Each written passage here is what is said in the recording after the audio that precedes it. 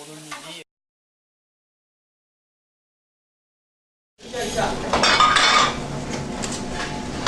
J'entends 2 oignons rosés avec là-bas et 2 cakes, s'il vous plaît. C'est bon.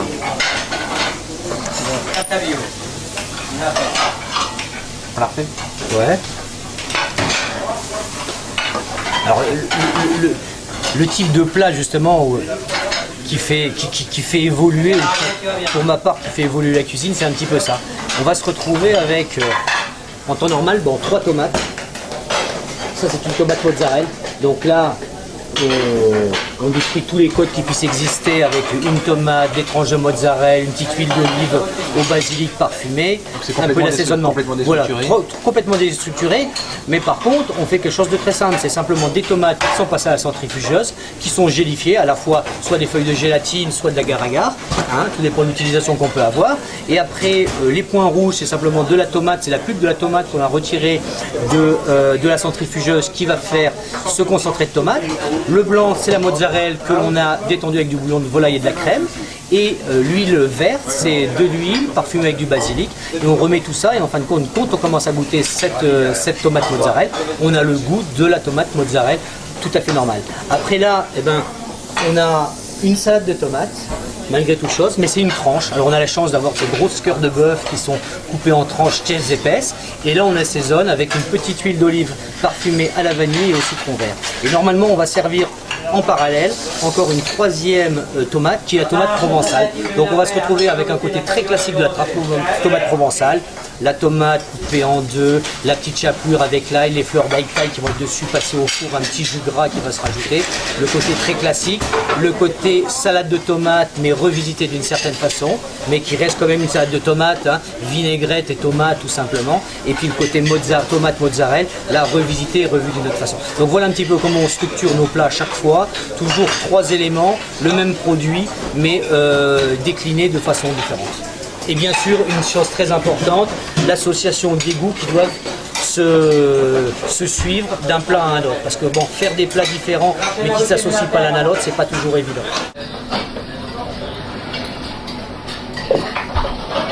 Alors, tarte au truc. Tarte aux trucs blanches d'été. Tarte aux trucs blanches d'été. Ouais, c'était donc les dernières pareil. Alors pour moi, c'est pareil, la truffe blanche, je dis bien, parce qu'on dit toujours truffe blanche du Piémont ou truffe blanche d'été, mais c'est la truffe d'été quand on parle en France. Elle a très peu de goût. Moi, entre juin et juillet, quand on peut la trouver même août, très peu, mais arrivé fin août et tout septembre, elle est à maturité, elle est même plus blanche, elle devient marron, et là elle commence à dégager un bon parfum qui devient intéressant. Mais vraiment c'est la fin, donc pareil, il nous reste une dizaine de jours à pouvoir l'utiliser. Donc on sert ça avec des oignons confits, avec donc la truffe, des épluchures de truffe et des lardons, tout ça bien mijoté, un petit peu de madère, un peu de crème, et puis on sert ça au fond sur une petite pâte croustillante. Une raviole, c'est bon? Alors c'est une raviole de langoustine poivre et menthe. Donc ravioli langoustine, nature, juste une petite feuille de menthe à l'intérieur pour parfumer, sel et poivre.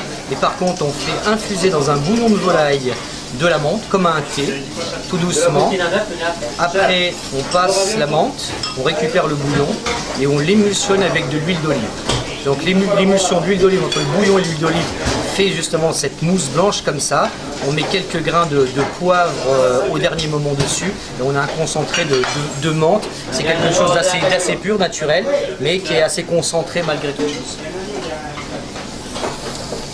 Donc pareil, on le dresse normalement avec une nème de langoustine et un sushi de langoustine qui se fait avec une tranche d'avocat qui est juste posé sur la langoustine qui est poêlée avec du soja et des graines de sésame, et un autre, une vraie sauce nème avec une crème de laitue, donc une crème de romaine qui est faite, qui remplace un peu la salade que l'on met autour de la nème, que l'on trempe comme ça, et donc une langoustine dans une feuille de brique et qui est frite au dernier moment.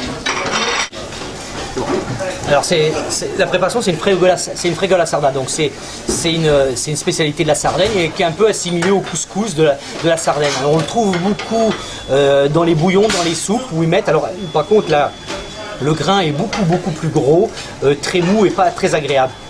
En fait, celle-là, c'est de la semoule qui est très petite et qu'on cuit comme un risotto. On fait revenir un oignon, une gousse d'ail, un peu d'huile d'olive.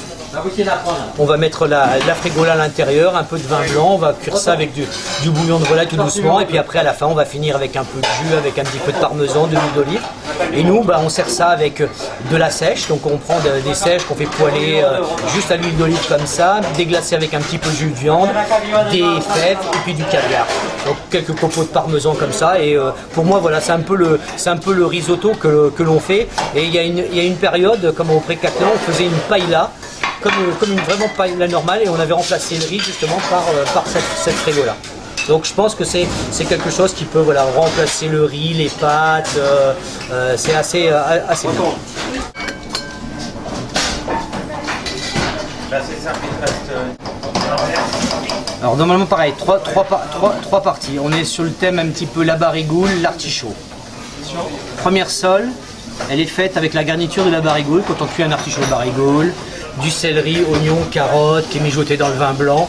Donc c'est cette garniture qui va recouvrir la sole qui est cuite simplement au naturel. Donc on pourrait les cuire à la vapeur, juste simplement comme ça. Et on a une sauce qui se rajoute dessus qui est à base de ketchup, soja, vinaigre et beurre noisette. Tout ça cuisiné, émulsionné, donne cette sauce qui est un petit peu rouge là-dessus.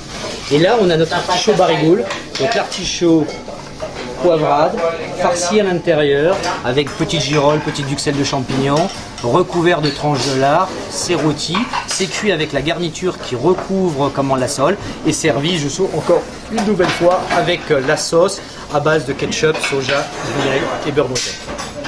Donc voilà, on a affaire à un vrai provençal qui va goûter un faux artichaut barigoule. Alors ça c'est le riz de veau. La grosse pomme de riz de veau qui est poêlée, qui est coupée en deux.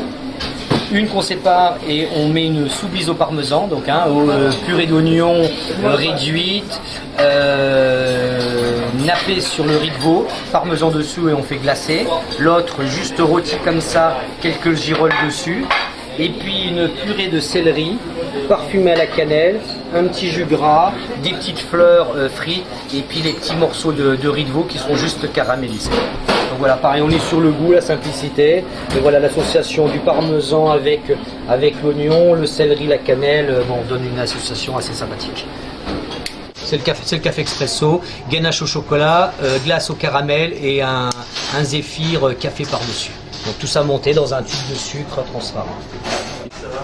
Alors la création de ce dessert, c'est un peu le remix de la pomme d'amour. On est parti sur le principe là, un petit peu la pomme qu'on trouvait sur les fêtes foraines avec ce sucre rouge épais qui était autour et qui croquait avec la pomme à l'intérieur très très dure. Et on s'est dit comment restructurer cette pomme là. Donc là c'est un sucre soufflé. On le souffle avec une pompe et on arrive à avoir quelque chose de très très fin qui est pratiquement à la limite du verre. Donc on souffle ça comme un verre et après à l'intérieur on le farcit alors avec une mousse au cidre, une glace au carambar, du riz soufflé croustillant, des sucres pétillants, une petite crème vanillée. Donc on referme tout ça et voilà, on casse la pomme et on la mange au fur et à mesure. Donc ce côté moelleux, ce côté acide de la pomme, plutôt du cidre, qui représente un peu la pomme granit dans tous ses états.